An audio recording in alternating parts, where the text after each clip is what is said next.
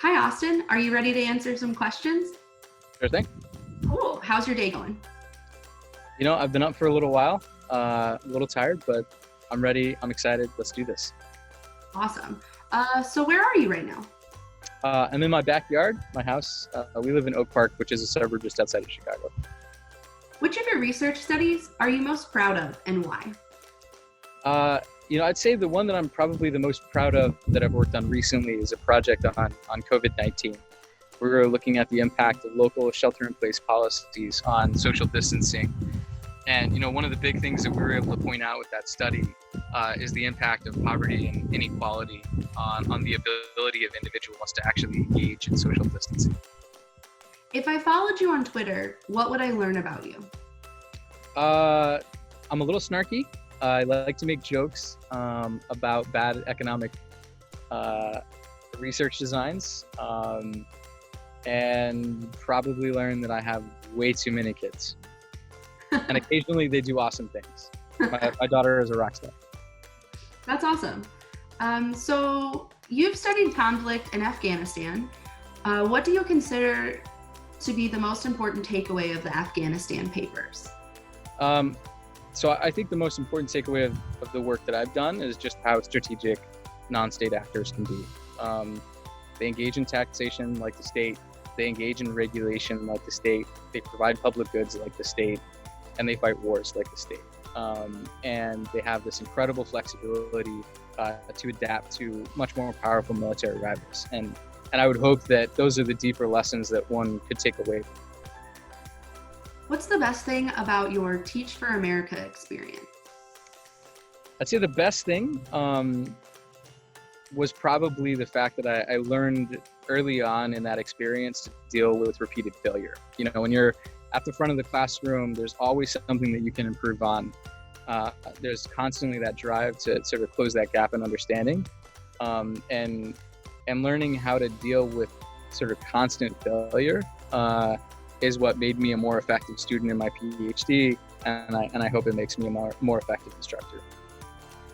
I heard you have quite a lot of people in your house right now. How many people are staying with you? So we have 9 people in total, including myself. So that's me, my wife, my 3 kids, and our 2 best friends from Teach for America are staying with us with their 2 kids as well. And we decided to do that a couple months ago for economies of scale, to sort of split household tasks, and to give our kids an opportunity to have social interaction. That's great. What do you find so interesting about political violence and insurgent behavior? I think the things that I find most interesting about those topics are just the nature of how groups use violence, right? We tend to think about how politics, how voting, how canvassing, how protesting is used. But in developed contexts, we're often separated from active organized violence of the kind that we see in places like Afghanistan, Iraq, Colombia, Thailand. And for me, working on those topics, thinking about how these groups use violence as a political tool, in much the same way that organizations elsewhere in the world use canvassing or protesting, that's it. That's what really drives me. Which one professor's class, besides one of your own, would you encourage your student to take? So I think the class that I would encourage students to take if they have a chance is a policy lab. It's not really a structured class in the same way that a core class is, but it's an opportunity for you to take the methods training that you've gotten and actually apply it in the real world with a client who has an active demand, and take those skills to your full-time job once you leave Harris. You've done some research related to COVID-19 and its impact. What are you learning? I think we're learning a few things. One of the big features that we've learned is just how much of an impact, poverty and economic inequality can have on the ability to socially distance. A lot of this is the sort of underpinning of economic interventions to increase compliance, right? To sort of alleviate economic shocks. Other things that we've learned is just how important belief in science actually is. So some of our research shows that people who have lower belief in science, who do not believe that humans are the cause of climate change, are significantly less likely to comply. They're less likely to socially distance. Interesting. Here's a fun one for you. Should the university arrange a shuttle from where you live in Oak Park to campus every day? Oh my gosh, if they would do that, that would be just the most amazing thing. And I think that Dave Stone and a bunch of other folks would agree. You conduct research with Professor Sonnen. What makes that collaboration so fruitful? So Constantine and I, we've been working effectively since I got to Harris on projects. We have a number of projects together. I think a few things. One is we have our own relative strengths. I do data work and he works on formal theory. And the way that we tend to think about projects is that they are best done when you have a combination of the two.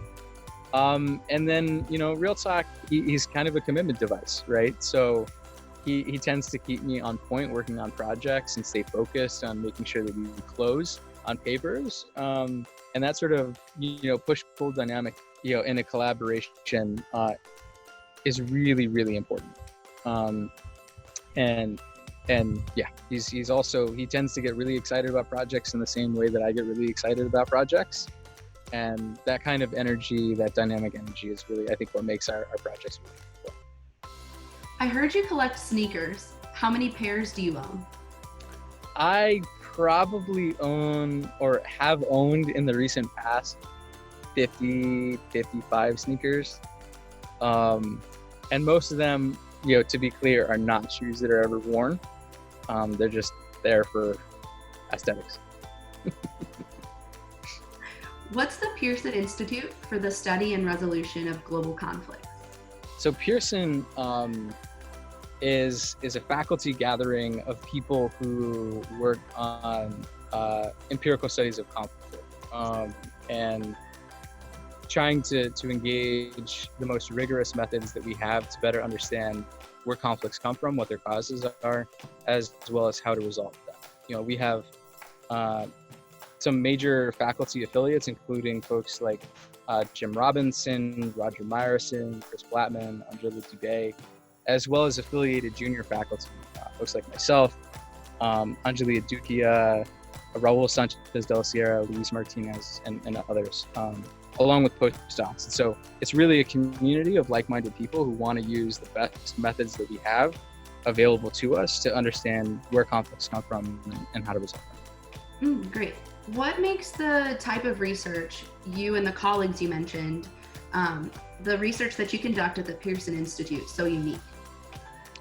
I think a lot of it is that there's been this technological revolution in the study of violence. The use of big data, in particular, the use of experimentation in active conflict settings, all of which help us better understand these dynamics in a much more rigorous way. And our work contributes to that.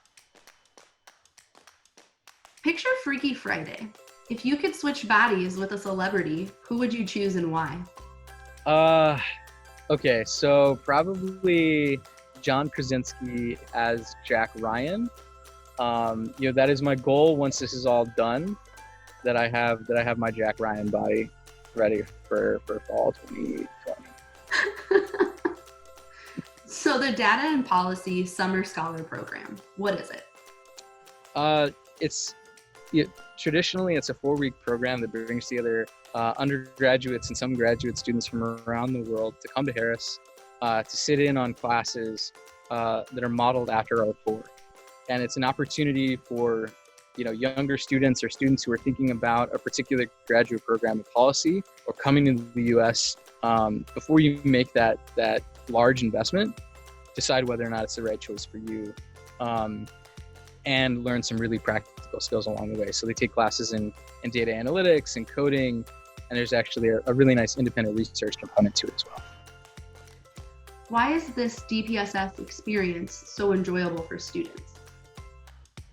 I think, part of it is they have an opportunity to, first off, learn outside of their traditional university setting. When DPSS has been on campus the past couple of years, huge social capital returns. They form a lot of friendships. It's a really sort of exciting opportunity in the summer. And now that we've gone virtual for this summer, I think a lot of those returns are the ability to to actually work in a really flexible way with your schedule to build out some of these skills, right? So we're teaching classes that would, over the course of a couple of weeks, that would take students normally an entire semester or an entire year to get at an undergraduate or graduate institution. What's the best part of being a dad? Oh, when the kids are finally asleep at the end of a long day, long happy day, and the baby, he likes to fall asleep on me, and that's probably the best day is when it ends with the baby falling asleep on me.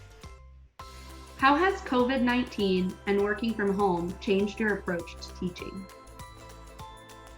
So I had the, in retrospect, fortune of teaching in the winter quarter, which wrapped up before, the sort of lockdown started. But, we are teaching in the summer, right? And so I think prepping for how to do distance learning, right? How to do online learning has really made me think more carefully about how to do checks for understanding when you don't have that face-to-face connection. And how do you maintain that value added to students when they're not in a physical classroom, right? And that we've been really mindful of that. So that's probably been the thing that's changed the most about the way I teach. Do you consider yourself Twitter famous? I do not. No, Twitter famous people at Harris, gosh, that's probably Chris Blattman. I think Chris Blattman probably has the most followers of everyone on faculty. Second after that would be Ethan Bueno de Mesquita. Who, if you think that I'm snarky on Twitter, you're not ready for Ethan's tweet commentary, particularly about selecting on the dependent variable or begging the question, which are pet peeves of Ethan. And Scott Ashworth. Oh, actually, Damon Jones probably has the most of anyone. So. Can you explain your Twitter cover photo? It's me fishing, shark fishing in Florida. Do you fish a lot? I do, yeah, I do in the summers. Favorite Harris memory, probably winter 2020. We had a review session and we filled up the entire forum, which was kind of exciting, to see people staying late for a review session, knowing that they're that excited to learn. Pretty great feeling. That's great. So did you make any resolutions for 2020?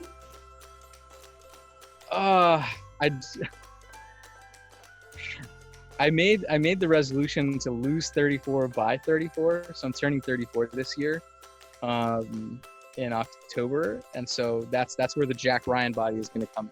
I can lose 34 pounds, and put on some swole, then I'll look like John Krasinski.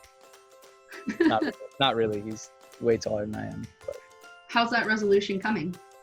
It's happening. It's happening. We're making, incremental progress.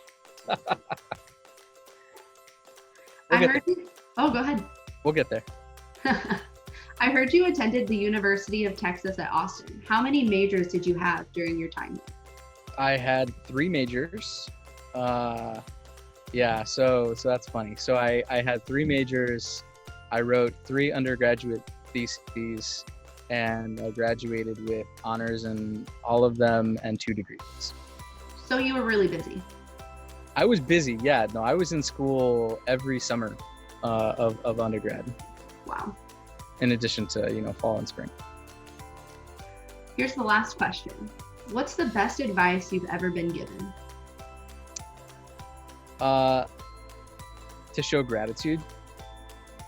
To show gratitude. I've gotten, I come from very little, and I've had a lot of tremendous opportunities to do incredible things. And I try to take advantage of the opportunities I've been given.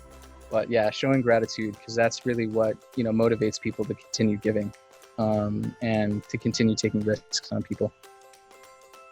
Great. Well, thanks for chatting with us. I know you have your hands full, so I'm going to let you get back to the dad life. Yeah, no, thanks. I appreciate it. Cool. It's been fun.